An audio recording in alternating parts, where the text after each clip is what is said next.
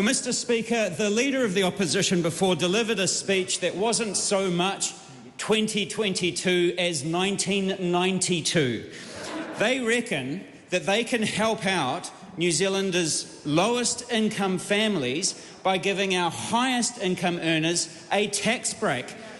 Ruth Richardson called and she wants her speech notes back. Mr. Speaker, the National Party might be dressed up in a nice new sheepskin kimono, but you open it up and it's the same old wolf underneath. And when they finally get up to speak, I have to say the ACT Party no doubt will continue their call for a robust and sober and rational debate about governance in this country right after they yesterday issued a press release that called for a senior public servant to be beheaded. So, Mr. Speaker, Maximilian Robespierre also called, and he wants back his guillotine. It is becoming clearer by the day that the reason that Mr. Seymour worked so hard in the last term to dispatch Winston Peters is so that this term he could become Winston Peters. So I guess there's only room in this town for one alt-right populist. Mr. Speaker, can you imagine what this warmed-over Richardson-Robespierre all-you-can-eat duo would do to this country if they actually got back into power? It has taken at least 4.5 years to even start to turn around the legacy left over from the last time that they were in government. And I have to say, Mr. Speaker, we do have a long journey in front of us, but Aotearoa is at last heading towards a future that is fairer, that is cleaner, that is more prosperous, and all within the limits of our fragile planet. That is the vision that the Green Party was founded on some 30 years ago, a vision of thriving communities where everybody has the means to live in a warm, dry home, food that is healthy for us and healthy for the land that it is grown on, vibrant, flourishing ecosystems that underpin the kind of healthy environment that we all rely on, clean and healthy and swimmable rivers, new jobs and prosperity for our communities and a sustainable low-carbon economy. Mr. Speaker, with a strong Green voice in government, today more people up and down Aotearoa, New Zealand can now make ends meet. Our communities are safer, they are cleaner, they are greener, and we are healing nature.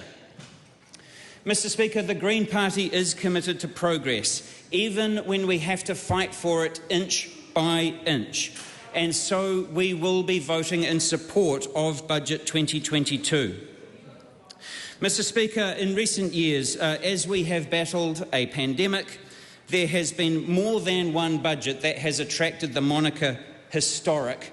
But I do want to say, despite that fact, Budget 22 is a budget of firsts. It is the first budget ever to put climate action at its heart.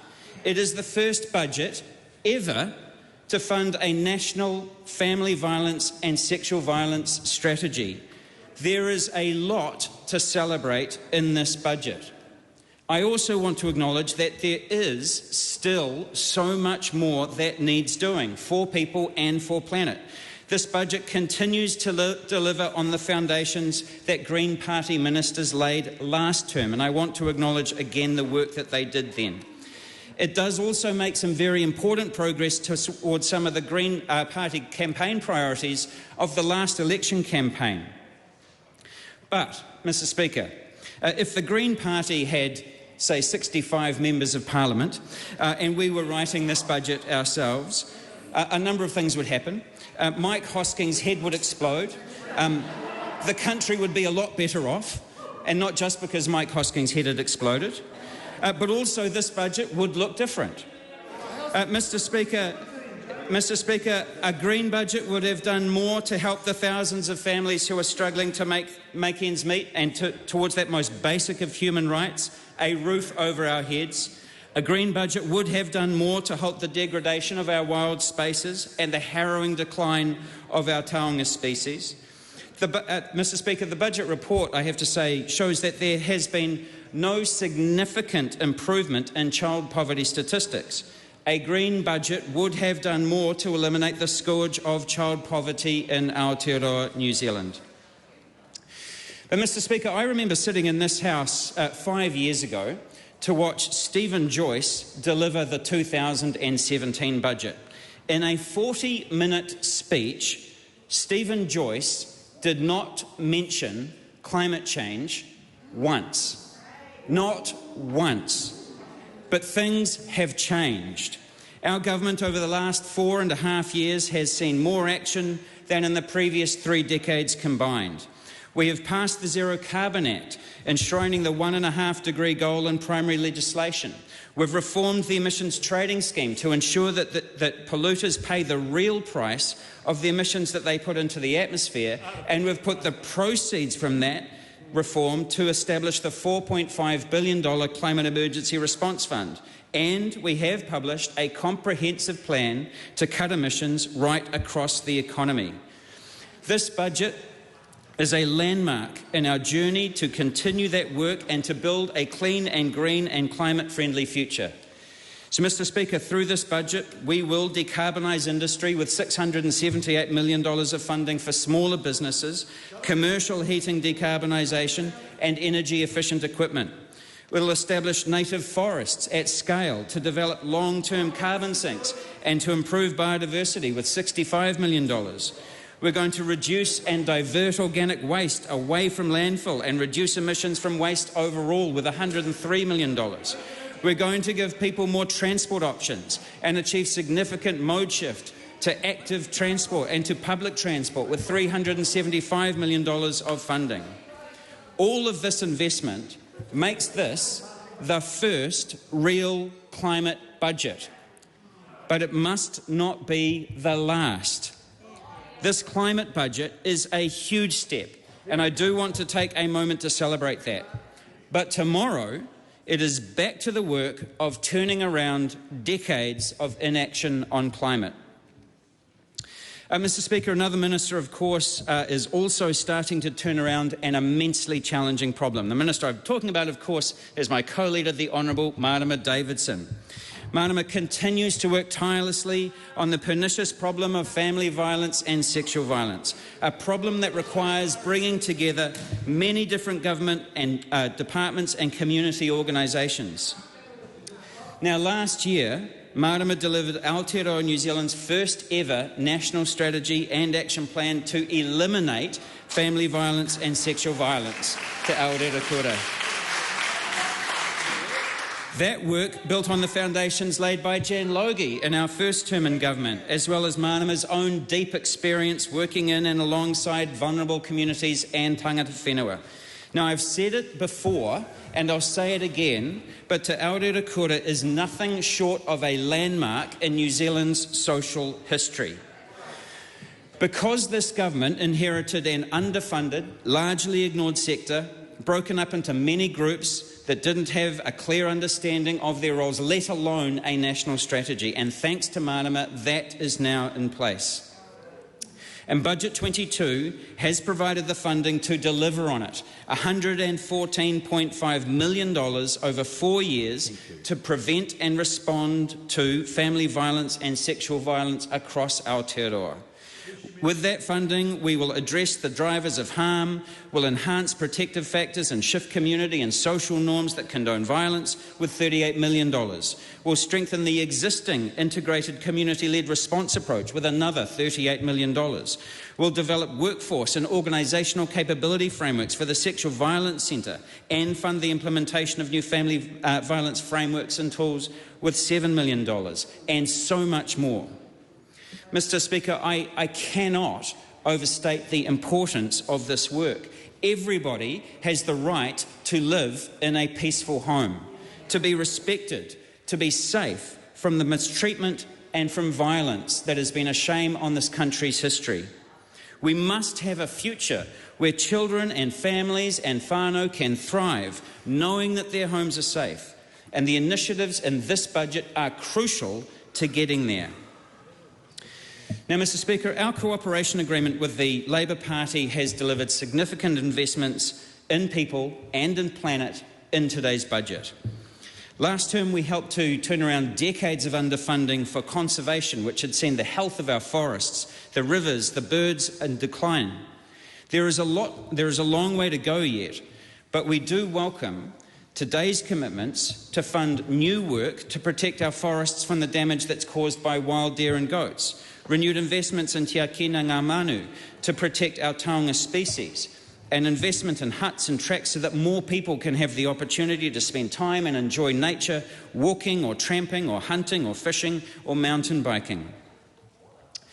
Mr. Speaker, DOC rangers and other staff are on the front line of protecting nature, and we do welcome the government's commitment to increase their incomes and to maintain staff housing in really remote areas, whilst also upgrading the DOC vehicle fleet to low emissions and electric vehicles.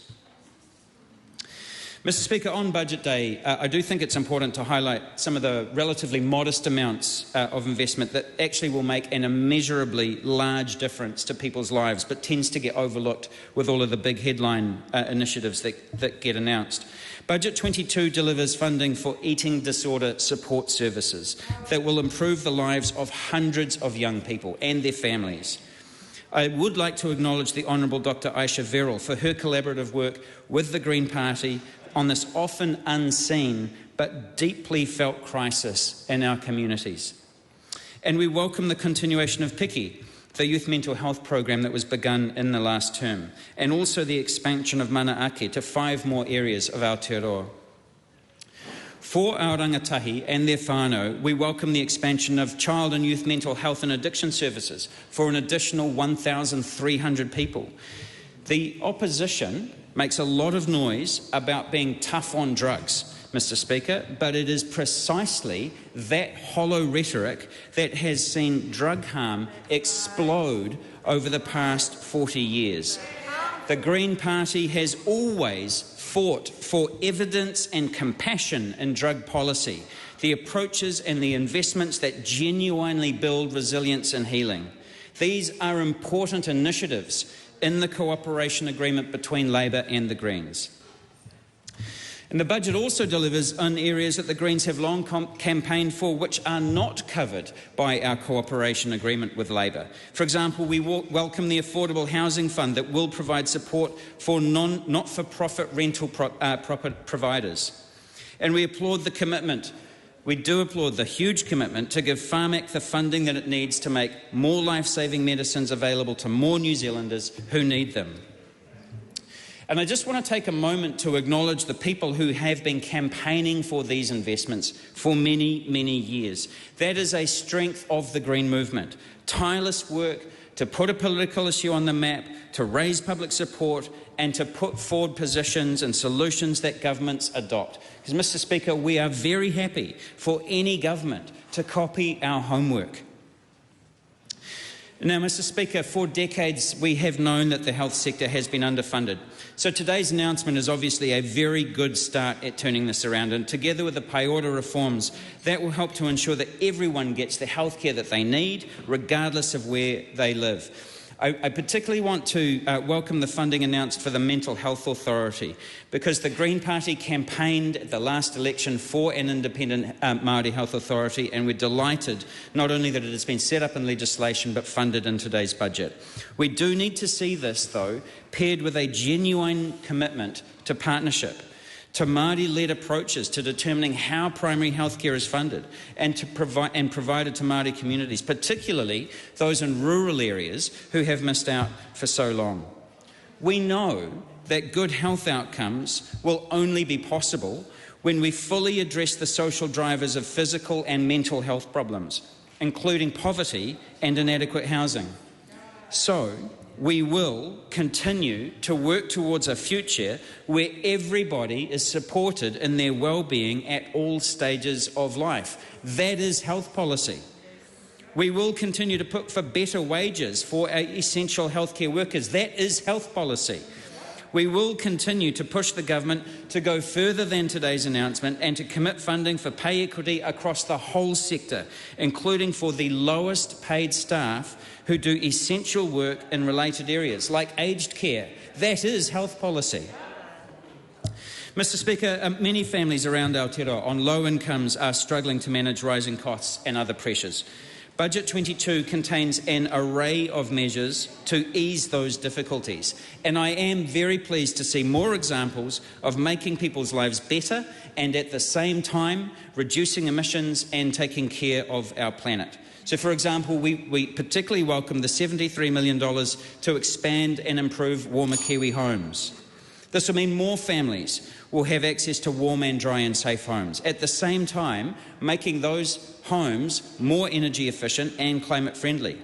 We welcome the commitment to half-price bus and train fares for low-income households. This is work that was begun when there was a Green Associate Transport Minister. We welcome the extension to half-price public transport, but also, wouldn't it be better to make public transport free for everyone, for all time, for good? So funding that's announced today will help something like 1 million people to ditch the car and to switch to cheaper public transport, and at the same time that will help to cut emissions in such a critical sector. Mr Speaker, we have an abundance of renewable energy sources. We do welcome funding that will help to enable low-income communities to access cleaner and more affordable and more secure energy supply. So, Mr Speaker, this is a welcome step forward, and at the same time, the Green Party is firmly of the view that the next way to lifting living standards is to lift incomes and to make sure that families actually have enough money in the first place. That means fair wages and higher benefits. So, Mr Speaker, there is a quiet revolution in this budget in the form of a new fiscal strategy. So for too long, there has been huge political pressure on an arbitrary debt-to-GDP ratio, but we carried the debt in other ways. We have a housing deficit, we have a transport deficit, we have a deficit of 3 waters infrastructure, an environmental deficit, and a social deficit. The new approach that's announced by the Minister of Finance will now mean that arbitrary debt restrictions will not stop good physical infrastructure projects that stack up on all other metrics, such as cutting climate pollution. Now, Mr Speaker, we have never shied away from the need for a fundamental shift in our economic thinking, a shift that means putting a focus on the well-being of our people and the limits of our planet above the pockets of property speculators. The way that we need to fund our public services in this new fiscal strategy is by broadening our tax base. And it just so happens that there is a massive gap in our tax system where those who earn a salary pay their fair share of tax, but those that own vast amounts of wealth do not.